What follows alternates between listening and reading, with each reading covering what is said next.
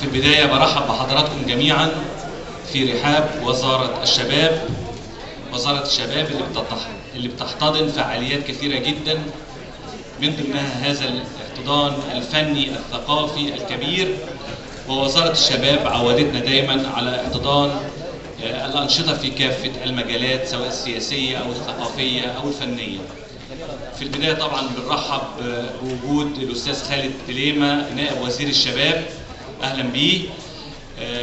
أيضا نرحب بالفنان عبد الرازق عكاشة الفنان المصري العالمي، وبنرحب أيضا بالناقد الفني نويل كوريه وهو رئيس صالون الخريف الفرنسي، وأيضا بالسيد كلود اسكوا رئيس صالون أمريكا اللاتينية، وجمع كبير جدا، واعذروني مش هقدر اقول كل الاسماء، من الفنانين المصريين والفنانين من جنسيات مختلفة عربية واجنبية.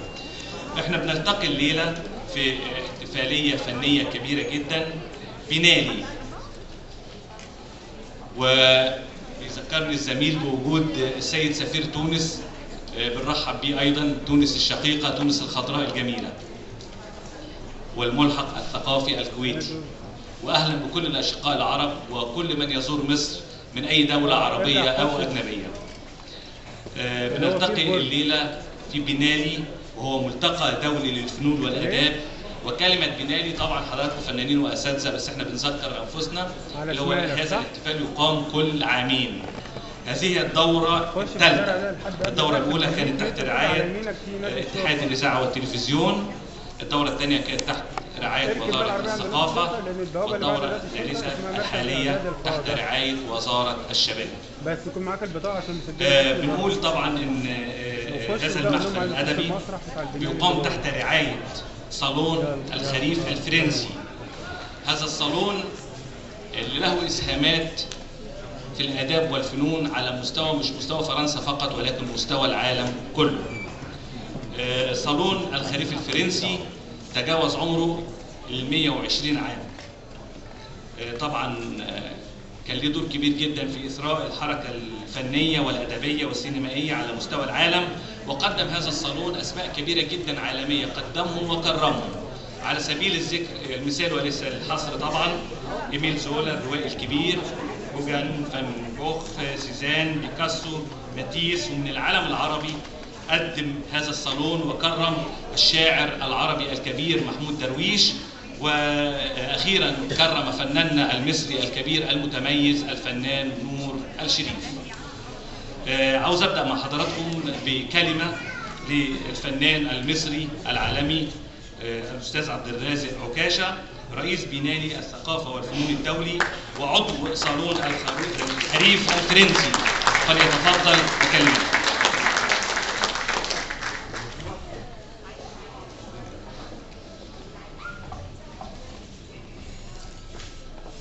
بسم الله الرحمن الرحيم.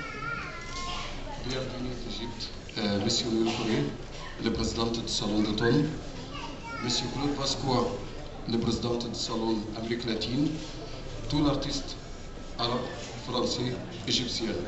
Bienvenue en Égypte. Comme il m'a dit tout à l'heure mon grand copain Noël Courrier, mon grand frère, il m'a dit l'Égypte, c'est le pays de l'art, de la civilisation, le pays de l'histoire. Merci Noël. اهلا وسهلا، ويشرفنا.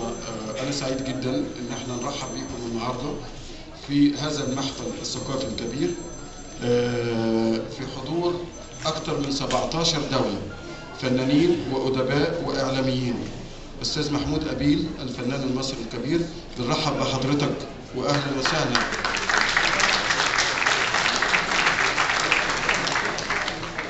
وكل الموجودين في الصالة أدباء وكتاب وشعراء وسينمائيين. صالون الخريف بدأ من 120 سنة تاريخه، أثر في الحركة الأوروبية ومد جسور كبيرة جدا ما بين الأدب والفنون والسينما. قدم الكاتب الكبير إيميل زولا، وقدم سيزان وماتيس، وكل الفنانين اللي قدموا الأفانجارد أو الطليعية الجديدة في أوروبا. بجد مش عارف اقول ايه، لان احنا قلنا كلام كتير قوي في المؤتمر الصحفي، لكن انا عاوز اقول كلمه واحده بس.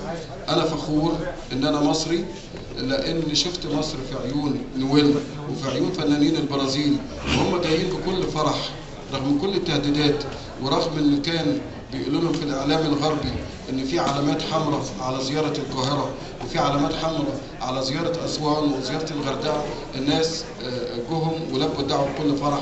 فانا مش قادر اقول اي حاجه غير ان انا فخور بيكم لان انتم مصريين، وفخور بيهم لانهم لبوا النداء وجوهم من اجل مصر. شكرا للسيد خالد تليمة، شكرا لوزاره الشباب، شكرا لادباء وشعراء ومثقفين وسينمائيين مصر اللي بيرحبوا معانا النهارده والموجودين معانا في الصاله، والمكرمين من العالم العربي. شكرا لكل الفنانين والادباء من الدول العربيه الشقيقه اللي حضروا عشان يكونوا معانا في هذا المؤتمر العالمي اليوم.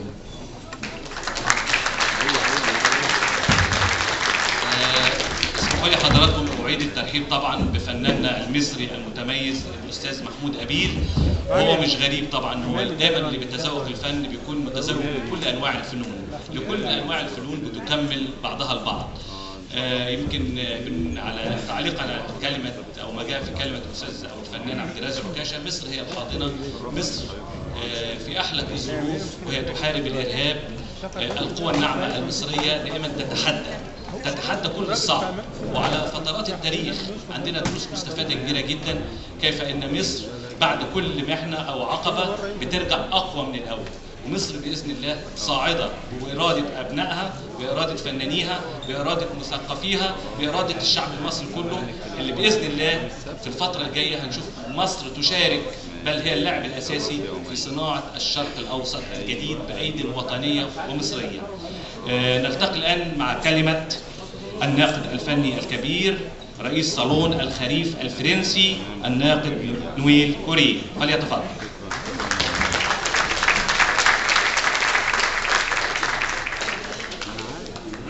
انا عارف شخصيا.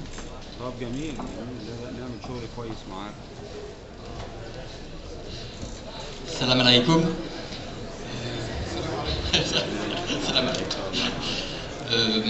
Voilà, je voulais déjà vous dire que c'est bien sûr pour le Salon d'automne de Paris et le Salon d'automne international, un très grand honneur que d'être présent de nouveau pour la 4e fois, mais pour la 3e biennale d'art et de littérature du Caire, ici avec vous en Égypte. السيد نويل كوريه رئيس صالون الخريف هو في قمة الفخر والسعادة أنه يزور القاهرة لرابع مرة وثالث مرة الدورة الثالثة لبناء الثقافة والفنون في القاهرة العزيزة. Ce salon est bien sûr la consécration d'une décision que nous avons prise il y a maintenant 6 ans avec le plasticien Okacha, le docteur Okacha, ici présent, qui, je le rappelle, est membre du conseil d'administration, donc il est membre de la direction du salon d'automne dans son jury. Et nous avons pris de concert la décision de travailler à lancer une passerelle de chaque rive, depuis chaque rive de la Méditerranée, d'une rive à l'autre. أنا آسف، أنا مضطر لو قلت كلمة أنا بترجم يعني، فأنا مش مسؤول، أنا بترجم. هو سعيد جدا لأنه بيعرف السيد عبد الرازق عكاشة، وده عضو مجلس إدارة صالون الخريف الفرنسي منذ 6 سنوات، ومنذ وجوده في مجلس إدارة صالون الخريف الفرنسي قررنا أن يكون هناك اللعب بين ضفتين أو اللعب بين حلقتين للبحر المتوسط وبين فرنسا وبين القاهرة، جسر يعيد الثقافة والفنون والبناء بين الدولتين. Donc ce salon que nous avons mis en place avec le docteur Okacha repose sur une éthique fondamentale qui est celle du salon d'automne et qui s'appelle la fraternité des arts et des artistes. La fraternité des arts, c'est pas difficile. C'est ce qui rassemble dans une même respiration à la fois les plasticiens, mais aussi les compositeurs, les architectes, les designers, les poètes et aussi les hommes de science. Et je voudrais saluer d'ailleurs ici la présence du Dr Fatih Saleh, qui est un ami personnel et qui a beaucoup contribué au succès du Salon d'automne et qui vient de donner une conférence magnifique à Paris à l'Institut Ferdinand de Lesseps.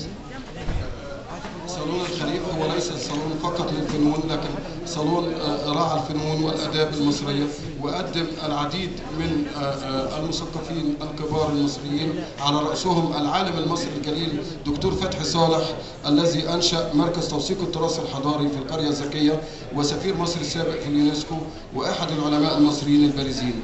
فصالون الخريف هو صالون يمثل مظلة أو رعاية لربط حلقات التواصل ما بين فرنسا والقاهرة من خلال الإبداع والثقافة والفنون والأداب. Par-delà le dialogue d'une rive à l'autre de la Méditerranée, cette édition, cette 4e édition, donc cette 3e édition de la Biennale aujourd'hui, consacre aussi, en dehors du dialogue nord-sud, un dialogue transversal qu'on pourrait dire ouest-est, avec la présence très importante cette année d'une délégation brésilienne, conduite par la plasticienne Eliana Minillo et Claude Martin Mascou, diplomates attachés au Brésil, et qui nous présente justement un aspect très particulier d'une peinture et d'œuvres brésiliennes, complètement tributaires d'une culture, d'une très grande culture qui est celle du Brésil et plus globalement celle de l'Amérique latine, et qui s'inscrit maintenant aujourd'hui dans une grande respiration, puisque ce salon, avec les artistes de tous les pays du monde arabe, avec les artistes venus de France, est vraiment le lieu où on peut respirer, si je puis dire, tous les souffles du monde, pour reprendre l'expression du poète Aimé Césaire. هو سعيد جدا أن الجسر يمتد من الشمال للجنوب ومن الجنوب للشمال وبالعكس، يمتد من القاهرة إلى باريس ومن باريس إلى البرازيل مع السيد كلود فوسكوا والفنانة الكبيرة إليانا ميلينو، وهم أحد أعضاء السلك الدبلوماسي السابق للبرازيل في فرنسا، والسيدة إليانا ميلينو أحد أهم الفنانين في فرنسا في البرازيل أو في أمريكا اللاتينية على وجه التحديد. والبرازيل بتقدم دولة ضيف الشرف، مقدمة أكثر من فنان وأديب وكاتب، وحضور بقوة هذا العام يمثل في عدد من الفنانين والأدباء والكتاب من الأكاديمية البرازيل للفنون والعلوم. Donc je voudrais aussi dire que évidemment le héros de cette grande aventure, de cette 3e édition de la Biennale d'art et de littérature, c'est surtout pas le président du Salon d'automne, mais ce sont les artistes, ce sont tous les artistes qui sont ici. C'est justement cette fraternité des artistes à laquelle nous sommes tant attachés et qui, par-delà les problèmes que traverse l'Égypte aujourd'hui, font la preuve qu'ils n'ont eux qu'une patrie en tous les cas. Et cette patrie, c'est celle de l'art, de la création. Et que cela relève de ce qu'on appelle le sacré. Et que personne, jamais, ne pourra altérer cette fraternité des arts et des artistes. الفخر النهارده في المحنه اللي بتمر بيها الثوره المصريه واللي بتمر بيها مصر، الفخر النهارده هو بيتمثل فيكم انتم الفنانين والادباء، انتم اللي عليكم العامل الكبير عشان تعبروا ببلدكم كفنانين وادباء الى مكانه اعلى ومكانه اسمى، وانها تتخطى الصعاب. الصعاب دي يجب ان يتم تخطيطها عبر الفنانين والادباء، خاصه الفنانين عليهم دور كبير جدا ورساله مهمه جدا تجاه بلدهم مصر. Un dernier mot, bien sûr, pour remercier tous les artistes, pour remercier les représentants du gouvernement, son Excellence, l'ambassadeur de Tunisie, qui est parmi nous, le docteur Fatih Saleh, qui est là aussi, mais bien sûr, monsieur Khalid Telema, pardon, mais surtout remercier vraiment les artistes qui sont les véritables héros de cette soirée. Et il y en a un que je ne voudrais pas oublier, un qui est comme un frère pour moi. C'est un petit homme, mais c'est un grand homme qui déplace les montagnes. Et c'est le docteur Abdelrazak Okacha. Je voudrais que tout le monde l'applaudisse. Merci.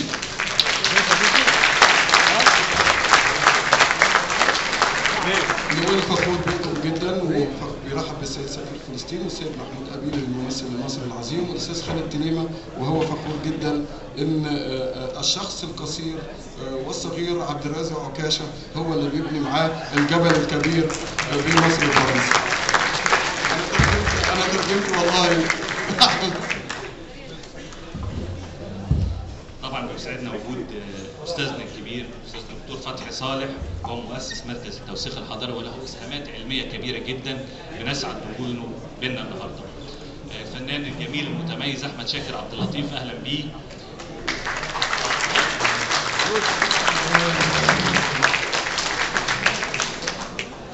كل الساده الضيوف، اعتقد فعلا مفيش خلاف وكلنا متفقين ان اللي بتفرقوا السياسه الفن والادب والقوى الناعمه هي اللي بتحاول تجمعهم.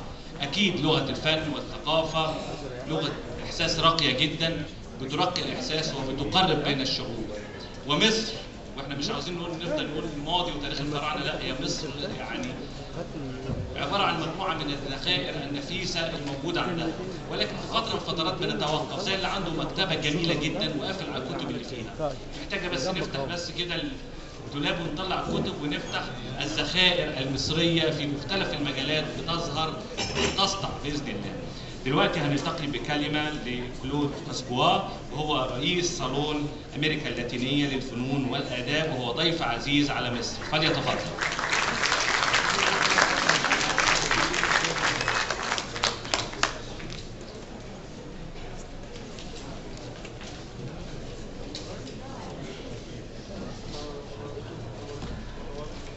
كده ست ايمان كل مره يشكر الناس كلها.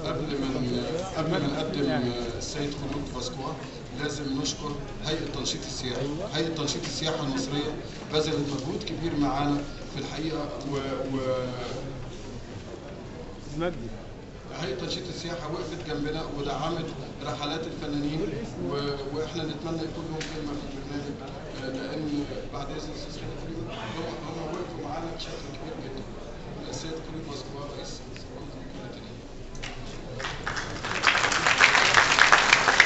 Merci, cher Okiacha. Ce soir, je suis français,